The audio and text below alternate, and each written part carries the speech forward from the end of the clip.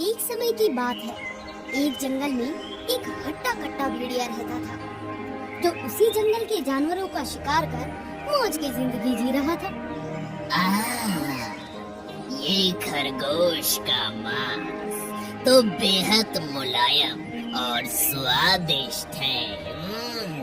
मजा आ गया। भेड़िया कभी भी भूखा नहीं रहता था। वो मजे से शिकार करता और पेट भरकर खाता था।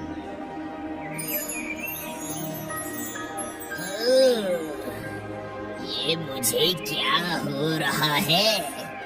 भेड़िया अब बूढ़ा और कमजोर हो रहा था। वो अब पहले जैसा नहीं रहा था। अब मैं बूढ़ा हो रहा हूँ।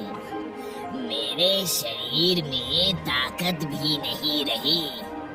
भेड़िया ने जैसे ही खरगोश का शिकार करने के लिए उसका पीछा किया, तो खरगोश भी तेजी से भाग गया और वो भेड़िया उसे मायूसी से देखता ही रह गया। मेरे पैरों और कमर में दर्द सा हो रहा है। तभी एक खरगोश भेड़िए के सामने आ जाता है और उछल कूद करने लगता है। अरे वहाँ मत जाओ, वहाँ भेड़िया है, वो तुम्हें खा जाएगा। अरे नहीं, वो कुछ नहीं कर सकता, वो बूढ़ा और बीमार हो गया है। अरे ये खरगोश तो मेरे पास आ गया, मैं इसे नहीं छोड़ूंगा। भेड़िया खरगोश का शिकार करने के लिए उसकी ओर दौड़ता है, लेकिन वो मुंह के बल गिर जाता है और खरगोश तेजी से भाग जाता है। चाचा, तुमने बहुत अत्याचार कर लिया, लेकिन अब नहीं कर सकते। समय के साथ साथ भेड़िया इतना कमजोर हो गया कि उसकी नजरों के सामने शिकार होता था, लेकिन वो उसे पकड़ नहीं पाता था। अब मेरे शरीर में ताकत नहीं रही। 3 दिन से भूखा हूँ। यदि ऐसा ही चला तो मैं भूखा ही मर जाऊंगा। इसीलिए मुझे कुछ करना पड़ेगा।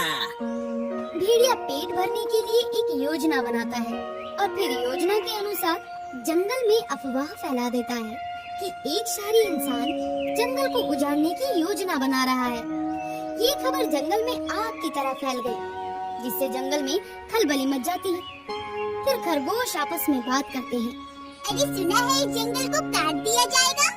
हाँ, मैंने भी सुना है। जब से इसके बारे में पता चला है, मैं तो बहुत परेशान हूँ। योजना के अनुसार भेड़िया जंगल में मुंह लटका कर बैठ जाता है। तभी दूसरे जानवर उससे पूछताछ करने आते हैं। क्या आप भी जंगल के काटने की खबर सुनकर परेशान हैं? हाँ, तुमने सही सोचा है। मैंने सुना है कि एक शहरी इस जंगल को काटकर यहाँ शहर बसाना चाहता है। हे भगवान, अब क्या होगा? मैंने तो जिंदा रहने के लिए एक उपाय सोच लिया है। आपने क्या उपाय सोचा है? नदी के पार एक बहुत बड़ा जंगल है। मैं बुढ़ापा वहीं बिताऊंगा। अरे वाह, ये तो बहुत ही अच्छा विचार है। मैं भी उस जंगल में जाना चाहूँगा। और मैं भी जाऊँगा। हाँ, मैं भी जाऊँगा। इसी तरह नदी के पार जंगल में जाने के लिए जानवरों में होड़ मच गई। मैं बूढ़ा हो गया हूँ, लेकिन तुम लोगों की मदद तो कर ही सकता हूँ। लेकिन मेरी एक शर्त है, मैं एक बार में एक ही जानवर की मदद कर सकता हूँ। खरगोश भेड़िए के साथ नदी के किनारे तक जाता है। ठीक है, हम बारी बारी से चले जाएंगे। अब तुम मेरे ऊपर बैठ जाओ, मैं तुम्हें नदी पार करवा देता हूँ। ठीक है। खरगोश भेड़िए के ऊपर बैठ जाता है और भेड़िया नदी पार करने लगता है। मुझे बहुत डर लग रहा है। तुम चिंता मत करो, मैं तुम्हें संभाल कर नदी पार करवाऊंगा। भेड़िया नदी पार करने के बाद खरगोश को मारकर खा गया। और इसी तरह वो रोज एक खरगोश को अपने जाल में फंसाकर खाने लगा। कुछ दिनों में ही वो पहले की तरह हट्टा कट्टा हो गया। मेरी योजना सफल हो गई। उधर बंदर भी भेड़िए के साथ जाने के लिए काफी उतावला था, लेकिन उसका दोस्त सांप भी उसके साथ जाना चाह रहा था। अरे, मैंने सुना है तुम भी इस जंगल को छोड़कर जा रही हो। तुमने ठीक सुना है। अब यहाँ मरने से तो अच्छा है कहीं नई जगह जाकर अपना घर बसाएं।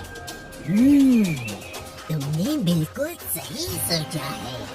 मैं भी यहाँ से जाना चाहता हूँ, क्योंकि शहरी लोग सबसे पहले मुझे ही मारेंगे। लेकिन मेरे साथ समस्या है कि मैं कैसे जाऊँगा। तुम भी भेड़िए से बात करके उसके साथ चले जाओ। अरे, वो मुझसे चिढ़ा रहता है, ऐसे में मुझे अपने साथ नहीं ले जाएगा। ये बात तो तुमने बिल्कुल सही कही। अब मेरे पास एक योजना है। क्या? वो तो मैं तुम्हें कल नदी किनारे बताऊंगा। तुम वहाँ समय से आ जाना। ठीक है। भेड़िया आज अपने साथ बंदर को ले जाने की योजना से काफी खुश था।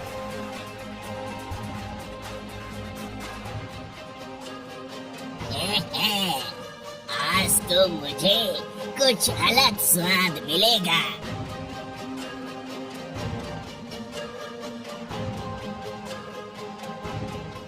उधर बंदर नदी के किनारे पहुंच गया और सांप को अपनी योजना के बारे में बता दिया। इसके बाद सांप छुप गया।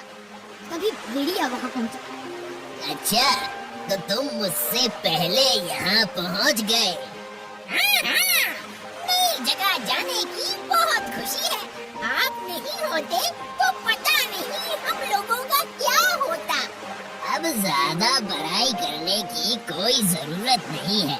चलो मेरे ऊपर बैठ जाओ, मैं तुम्हें नदी पार करवा देता हूँ। योजना के अनुसार बंदर भेड़िए के ऊपर बैठ गया और सांप बंदर के ऊपर। इसी तरह भेड़िए को सांप के बारे में कुछ पता नहीं चल पाया। क्या मैं अब चल सकता हूँ? लगता है बंदर के शरीर में मांस ही मांस है, तभी इतना वजन है। मैंने तो आज इस भेड़िए को मूर्ख बना दिया। भेड़िया नदी पार करने ही वाला था कि उससे रहा नहीं गया और उसने कहा, आज तो मैं तुम्हारा शिकार करूंगा। क्या? तुमने मुझे धोखा दिया। मैं पेट भरने के लिए कुछ भी कर सकता हूँ। नहीं, तुम ऐसा नहीं कर सकते। अब तुम्हारे पास कोई रास्ता नहीं है। तुम्हें तैरना भी तो नहीं आता। उधर सांप भेड़िए की बात सुन लेता है और बंदर से धीरे से कहता है, तुम चिंता मत करो, मैं कुछ उपाय सोचता हूँ। सांप भेड़िए के गले में लिपटने लगता है। तुम शरारत क्यों कर रहे हो? मैं तुम्हें किसी भी हाल में छोड़ने वाला नहीं हूँ। मैं तो कुछ भी नहीं कर रहा हूँ। अरे, तुम मेरे गले में फंदा क्यों लगा रहे हो? अरे, मैं कुछ नहीं कर रहा हूँ। भेड़िया नदी से बाहर निकलते ही बंदर पर टूट पड़ा। आज तुम बच के नहीं जा सकते। नहीं, मुझे माफ कर दो। मैंने तुम्हारा कुछ नहीं बिगाड़ा है। अब तुम्हें कोई नहीं बचा सकता। कहते हैं मारने वाले से बड़ा बचाने वाला होता है। ये किसकी आवाज है? कौन है?